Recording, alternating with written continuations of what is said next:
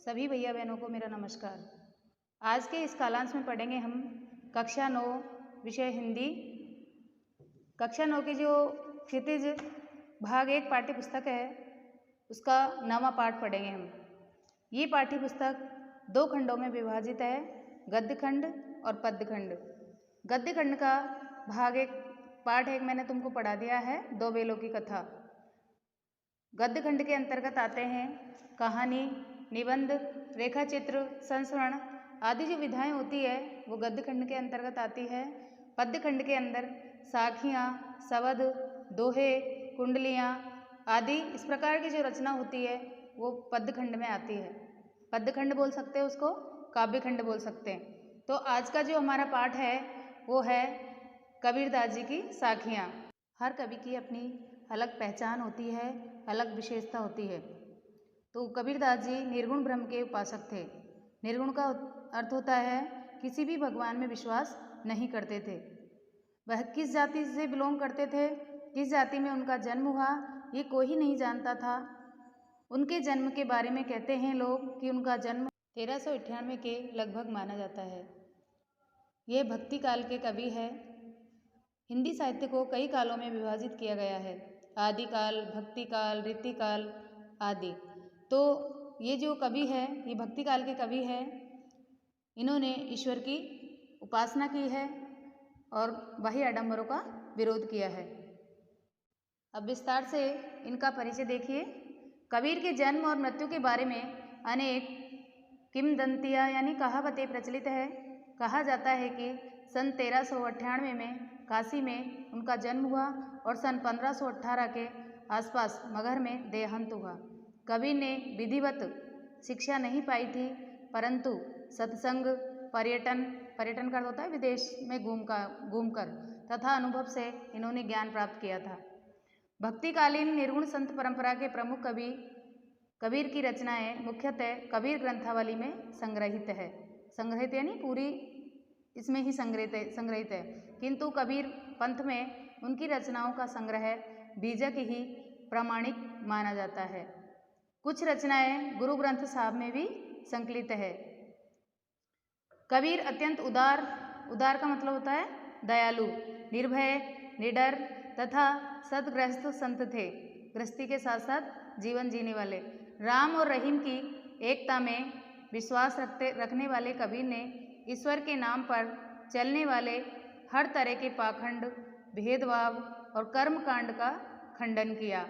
उन्होंने अपने काव्य में धार्मिक और सामाजिक भेदभाव से मुक्त मनुष्य की कल्पना की।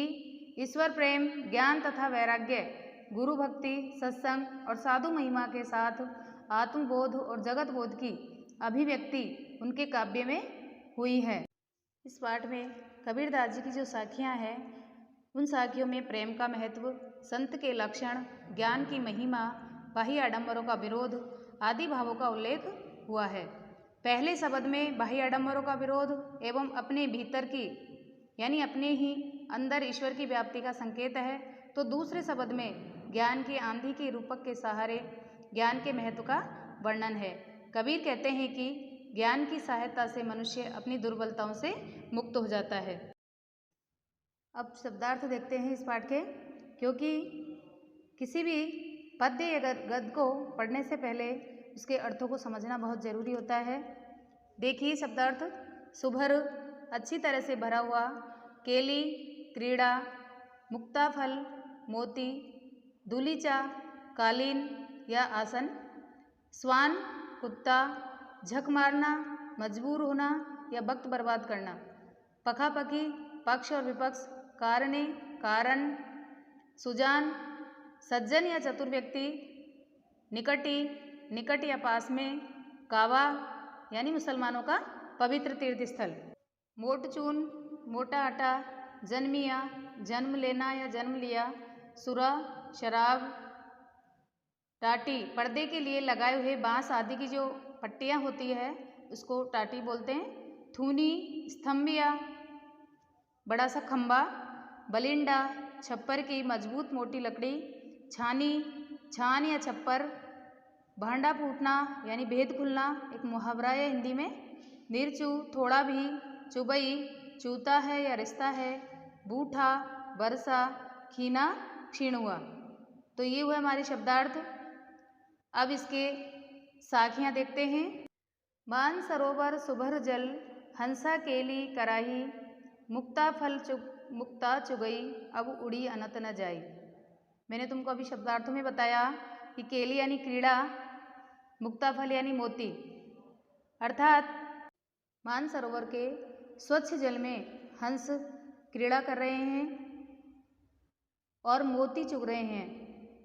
मुक्ता फल मुक्ता चुगे, मुक्ता यानी स्वतंत्र होकर और स्वतंत्रता पूर्वक मोती चुग रहे हैं। अब उड़ई अनत न जाए, अब वे कहीं और नहीं जाना चाहते।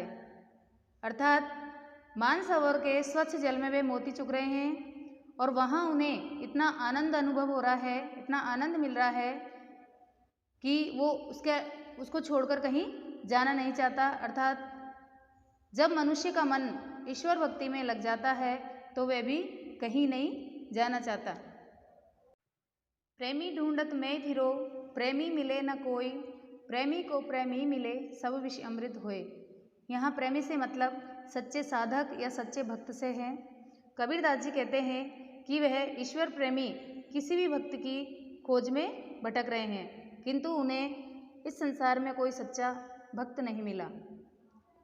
प्रेमी को प्रेमी मिले, सब विष अमृत होए।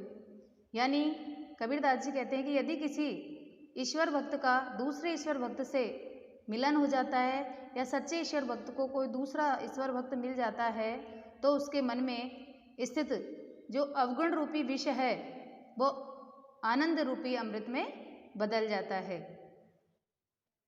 हस्ती चढ़िए ज्ञान को, सहज दुलीचा डारी, स्वान रूप संसार है, भूखन दे जकमारी। इस साखी में कबीरदास जी ने कहा है कि साधना के मार्ग पर बढ़ते रहना चाहिए। वो कहते हैं कि भक्त या साधक को ज्ञान रूपी हाथी पर सहज समाधि रूपी गलीचा बिछाकर, हस्ती चढ़िए ज्ञान को यानी ज्ञान रूपी हाथी पर सहज समाधि रूपी गलीचा बिछाकर साधना के मार्ग पर बढ़ते रहना चाहिए। स्वान रूप संसार है यानी उसे संसार के जो द्वेष में डूबे हुए लोग हैं, द्वेष करने वाले लोग हैं, उनकी आलोचना की चिंता नहीं करनी चाहिए। भूखन दे झकमारी, सांसारिक लोग तो कुत्ते के समान होते हैं जो हाथी को चलते हुए देखकर उस पर व्यर्थ ही भौंकते रहते हैं। अर्थात कबीरदास जी ने कहा है कि ज्ञान की साधना के बिना ईश्वर की प्राप्ति नहीं हो सकती और भगवान की भक्ति करते समय अगर कोई हमारी बुराई भी करता है या आलोचना करता है तो उस पर ध्यान नहीं देना चाहिए और हमारा कर्म करते रहना चाहिए। पखा पखी के कार नहीं, सब जग रहा भुलान, निरपख हुई के हरि भजई, सोई संत सुजान। कबीरदास जी कहते हैं कि आज ऋषि मुनि भक्त ज्ञानी आदि सभी अपने अपने मत का पक्ष लेते हैं। कोई निराकार उपासना को, कोई साकार उपासना को, कोई तप को, कोई भक्ति को श्रेष्ठ मानता है। ये पक्षपात भ्रम में डालने वाला है। सच्चा और सज्जन व्यक्ति तो वही है जो निष्पक्ष भाव से ईश्वर की भक्ति करता है, ईश्वर का भजन करता है। हिंदू मुआ राम कही, मुसलमान खुदाई, कहे कबीर सो जीवता, जो दुहू के निकट न जाई। यहाँ कबीरदास जी ने ईश्वर की एकता पर बल दिया है। सभी धर्मों में मान्य ईश्वर एक ही है, उसके नाम और रूप अलग अलग हो सकते हैं, ऐसा इसमें बताया है। कबीर जी कहते हैं कि हिंदू मुआ राम कही कि हिंदुओं के अनुसार परमात्मा का नाम राम हो सकता है और मुसलमान खुदाई, और मुसलमान उसे खुदा कहते हैं। जो इनके नाम को लेकर लड़ते हैं वो मूर्ख होते हैं, क्योंकि ईश्वर कभी दो नहीं हो सकते। कबीर का मानना है कि जो उपासक इस दो नामों के मतभेद से दूर रहते हुए परमात्मा की उपासना करता है वही जीवित रहता है, अर्थात वह जन्म मरण के चक्कर से मुक्त होकर और अजर अमर हो जाता है। इसलिए ईश्वर एक ही है, नाम अलग अलग हो सकते हैं, इसलिए हमें सच्चे मन से भगवान की भक्ति करनी चाहिए। कावा फिरी काशी भया, रामई भया रहीम, मोटा चून मेदा भया, बैठी कबीरा जीम। इन साखियों के माध्यम से कबीरदास जी कहते हैं कि सबका ईश्वर एक है, ये भाव मन में बस जाता है तो सारी धार्मिक मान्यताएं और मतभेद समाप्त हो जाते हैं। यही बात इस साखी में बताई है। अगर ऐसी भावना मन में बस गई तो सबके लिए काबा और काशी में, राम और खुदा में कोई अंतर ही न रह जाएगा। काबी फिरी काशी, यानी काबा जो मुस्लिम तीर्थ है वो काशी के समान लगेगा और राम रहीम के समान।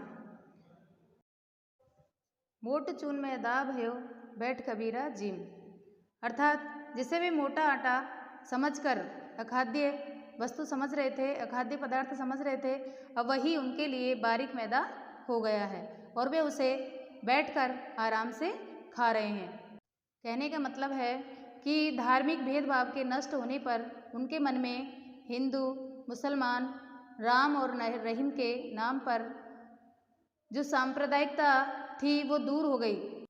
ऊंचे कुल का जन्मिया जे करनी ऊंच न होई, सुबरन कलश सुरा भरा साधु निंदा सोई।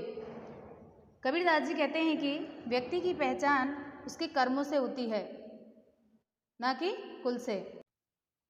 ऊंचे कुल का जन्मिया, कबीर जी कहते हैं कि किसी ने ऊंचे कुल में अगर जन्म लिया है किंतु वह जीवन में अच्छे कार्य नहीं किए तो सज्जन उसकी कभी प्रशंसा नहीं करेंगे। जे करनी ऊंच न हुई, यदि उसने अच्छे कार्य नहीं किए तो उसकी कोई प्रशंसा नहीं करेगा, उसकी हमेशा निंदा ही होगी। सुबरन कलश सुरा भरा साधु निंदा होई, वह व्यक्ति तो उस सोने के कलश के समान है जिसमें मदिरा भरी हुई है। कलश कितना भी मूल्यवान हो किंतु मदिरा भरी या शराब भरी होने से सज्जन लोग उसकी निंदा ही करेंगे। अर्थात व्यक्ति चाहे कितने भी अच्छे कुल में जन्म ले ले लेकिन उसके कार्य श्रेष्ठ होने चाहिए।